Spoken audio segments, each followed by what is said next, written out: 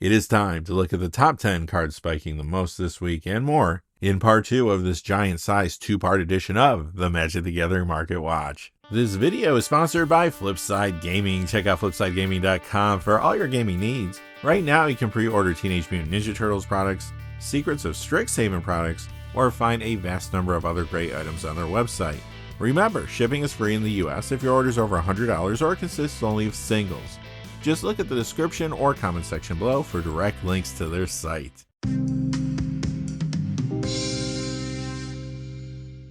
Hey there, this is John from Heroes and Legends, and welcome to another edition of the Magic the Gathering Market Watch. If you missed part 1 yesterday, go back and check that out. We looked at the coldest cards numbered 11 through 6 and the hottest cards numbered 20 through 11. Now we're going to count down the top 5 coldest and the top 10 hottest cards of the week. As always, our lists are based on 2 pieces of criteria: the percentage change in the value of the cards as well as the change in the number of sales from week to week. This week, in order for a card to be featured, it had to be moving at least 18% and at least $1 in either direction. Quickly before we get started though, just one fast thing. I do want to say thank you to one of our silver patrons, and that is BearBearsRVA. Bear Bears, thank you for your long-term support on Patreon. It truly helps the channel. I know I always say this, but I really could not do this without viewers like yourself. Thank you so much, Bear Bears. And now, without any further ado, let's get into it. We'll begin with the coldest cards of the week, part 2.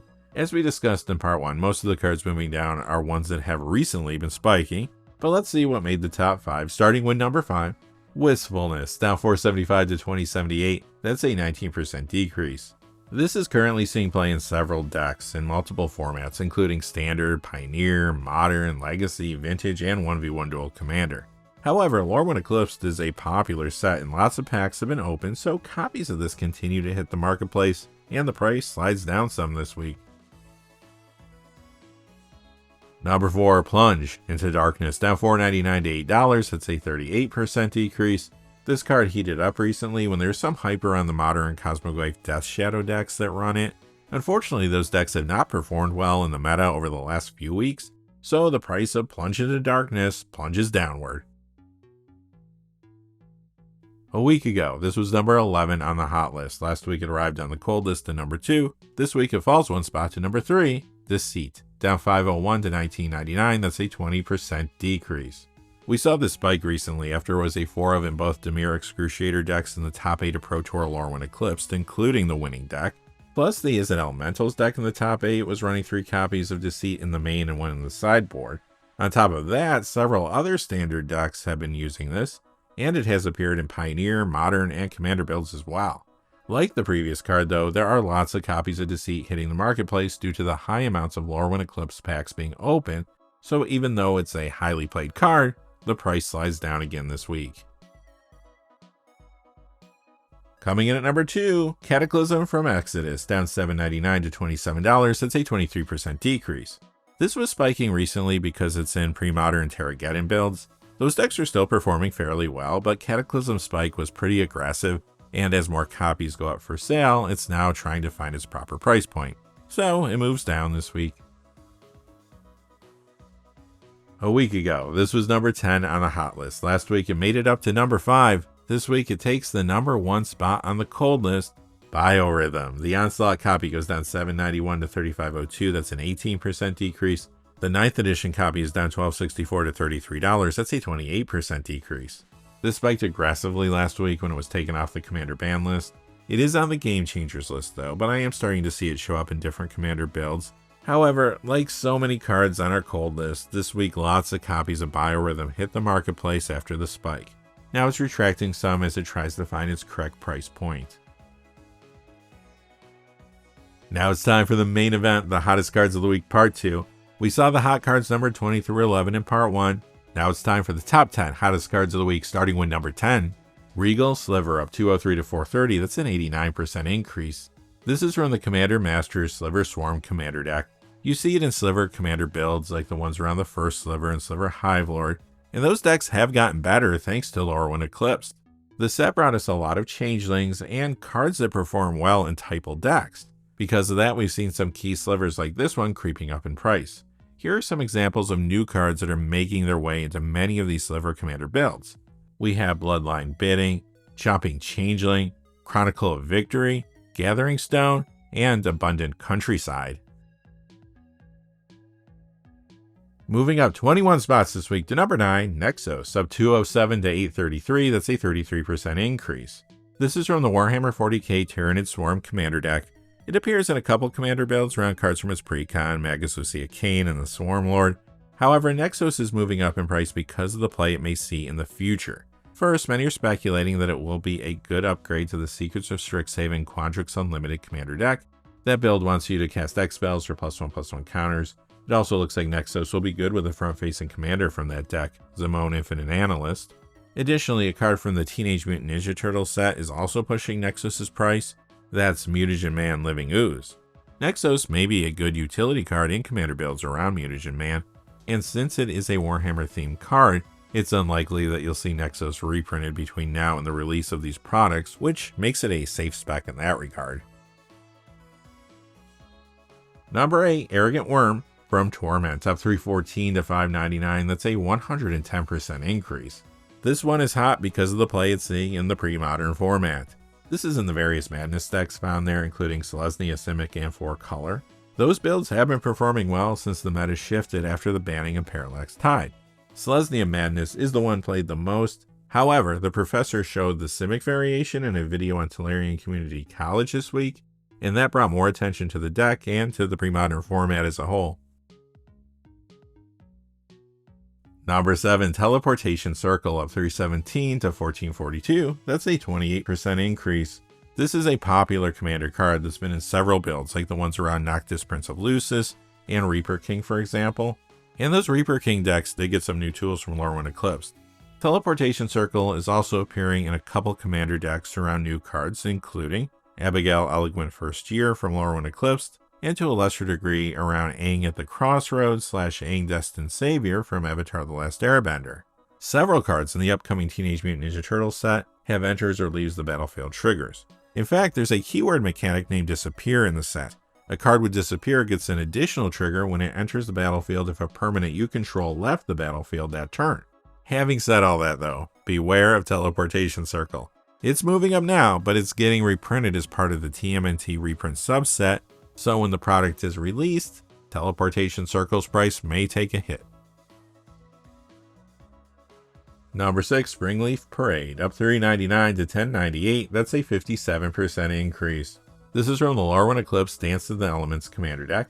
It's been seeing a ton of play in lots of different commander builds right out of the gate, hence the price increase. Of course, it's found in fresh builds around the front-facing commander from its Precon, Ashling the Limitless, but Springleaf Parade also appears in popular builds around a couple cards from the Lorwyn Eclipsed main set. They are Marlin Fey Ascendant and Brigid Clackhan's Heart / Brigid Doan's Mind. Additionally, there are some token strategies coming in the TMNT main set and Turtle Power commander deck, but at this point, it looks like cards from Lorwyn Eclipsed are what's driving Springleaf Parade's price the most. Alright, before we get to the top 5, just a fast reminder, this video is sponsored by Flipside Gaming. Check out flipsidegaming.com for all your gaming needs. Right now, you can pre-order Teenage Mutant Ninja Turtles products there. You can also pre-order Secrets of Strixhaven products as well, or find any number of other great items on their website, magic-related and otherwise. Remember, if your order's over $100 or consists only of singles, shipping will be free in the US, and if you're looking for a direct link to their site, just check out the description or the comment section below. I do have links posted in both of those places. And now, without any further ado, let's get to the top 5. Coming in at number 5, Takeo the Patient Avalanche, up 486 to 1349. That's a 56% increase. Magic the Gathering's own Teenage Mutant Ninja Turtle is spiking now that we've seen all the cards previewed from the TMNT set.